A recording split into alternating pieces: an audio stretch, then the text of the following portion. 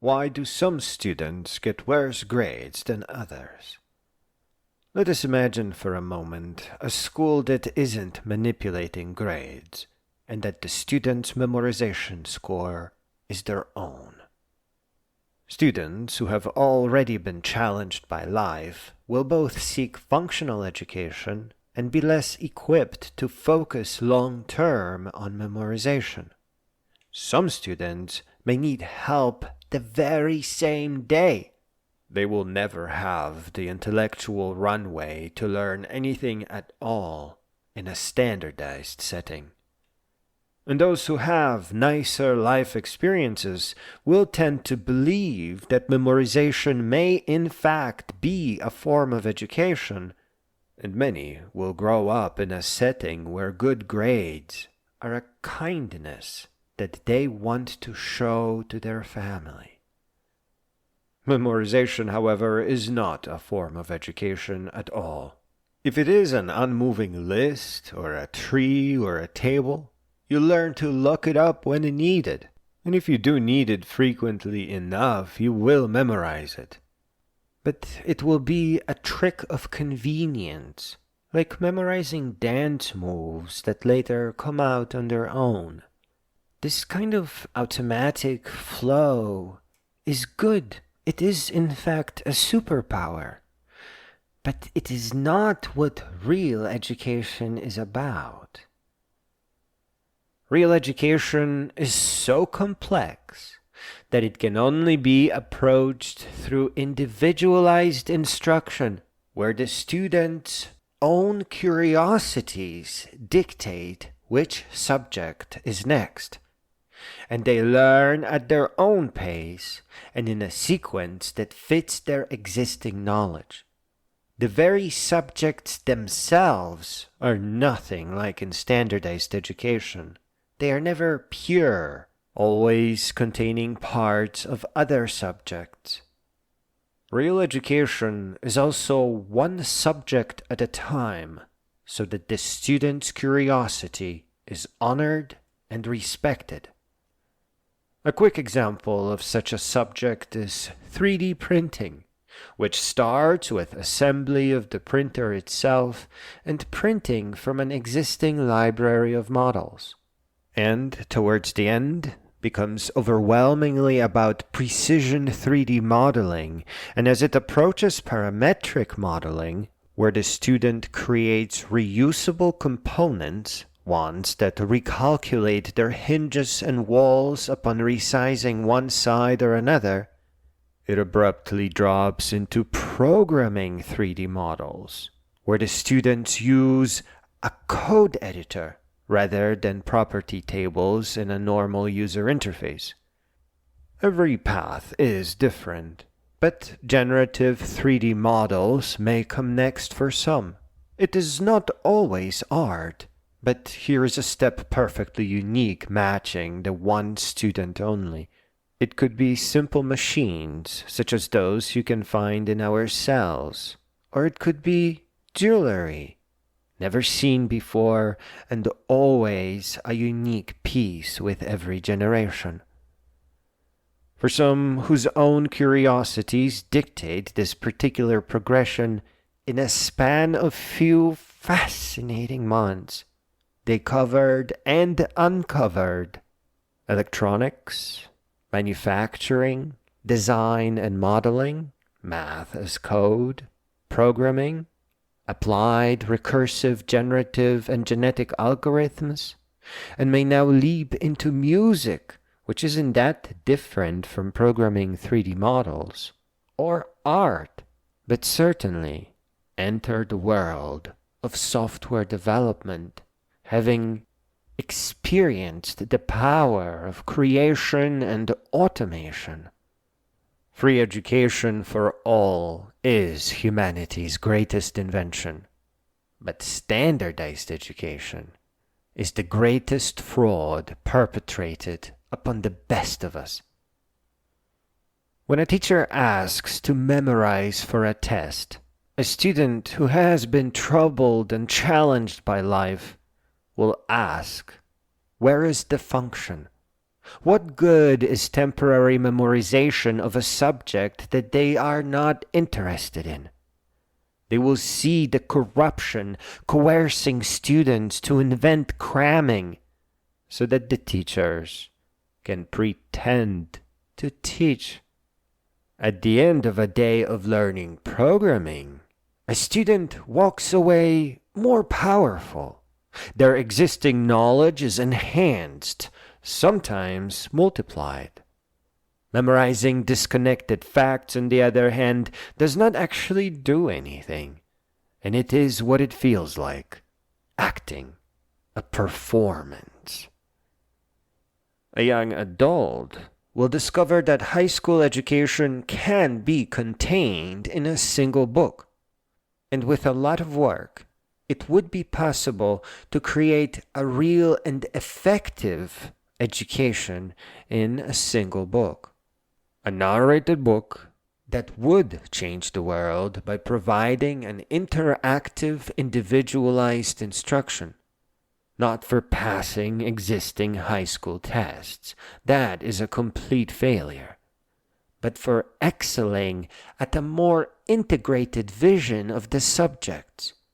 We're memorizing that mitochondria is the powerhouse of the cell is replaced with a challenge to program a virtual cell to simulate and visualize at the student's own pace.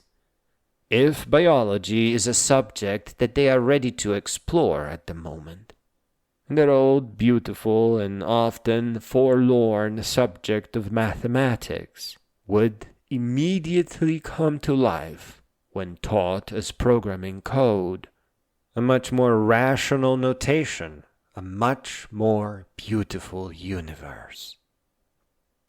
Like the authentically enlightened world, a human being blooms inside out.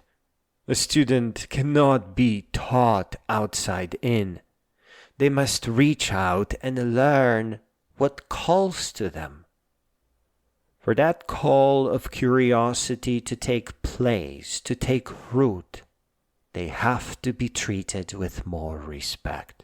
They must never be seen as a resource that can be strip-mined with overpriced textbooks, lectures, loans, and other manipulations.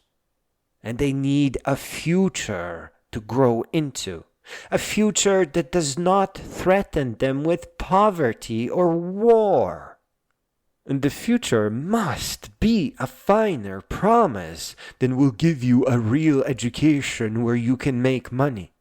That is the least the world can offer. That is not a future. That is not a world. That is the first step a child takes. For all the promises before us, real and authentic education is still the least we can offer to the younger generations. They absolutely require certainty of safety and security, a wiser world that does not feature war, hunger, and homelessness, a world void of the dark ages. Their education is a single step, a promise of advancing humanity. They need a firm ground for all their other steps.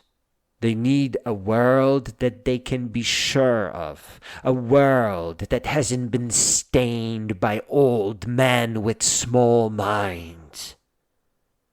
They need real, authentic, and functional education and a beautiful modern culture with an eye on the future.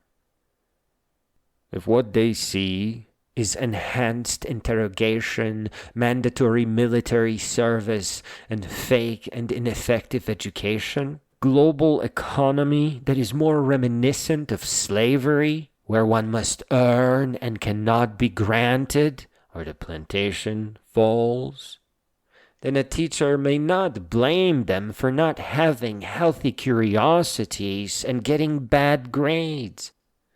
Wiser, more authentic educators understand that bad grades is their failure to teach.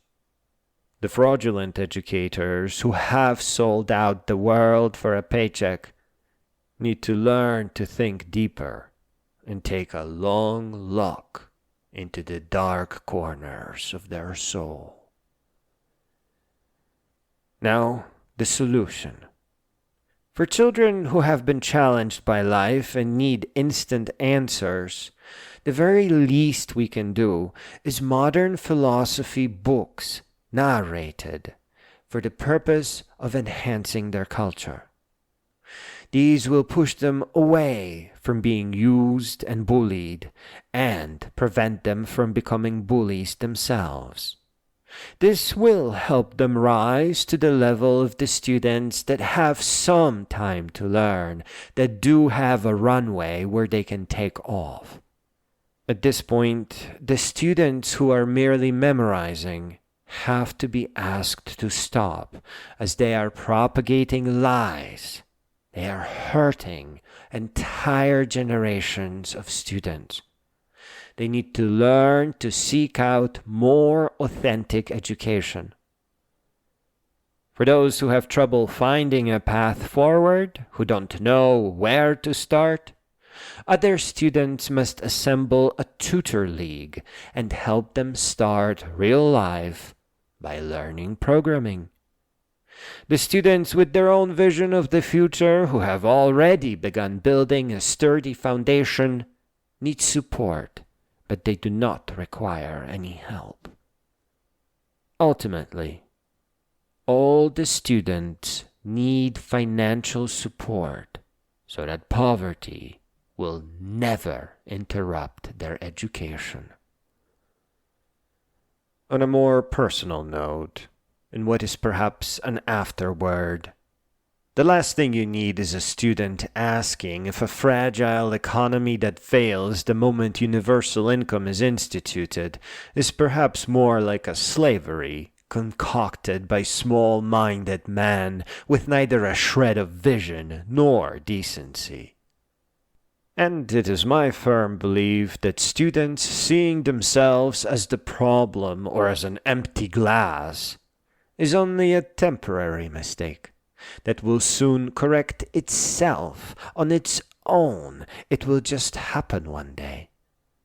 In that way, the older generations will in fact end up living in interesting times. A union of all the world's students looking out for their own future and a convergence on world peace is 1,000,000,000 times more powerful than the foolish games of small-minded old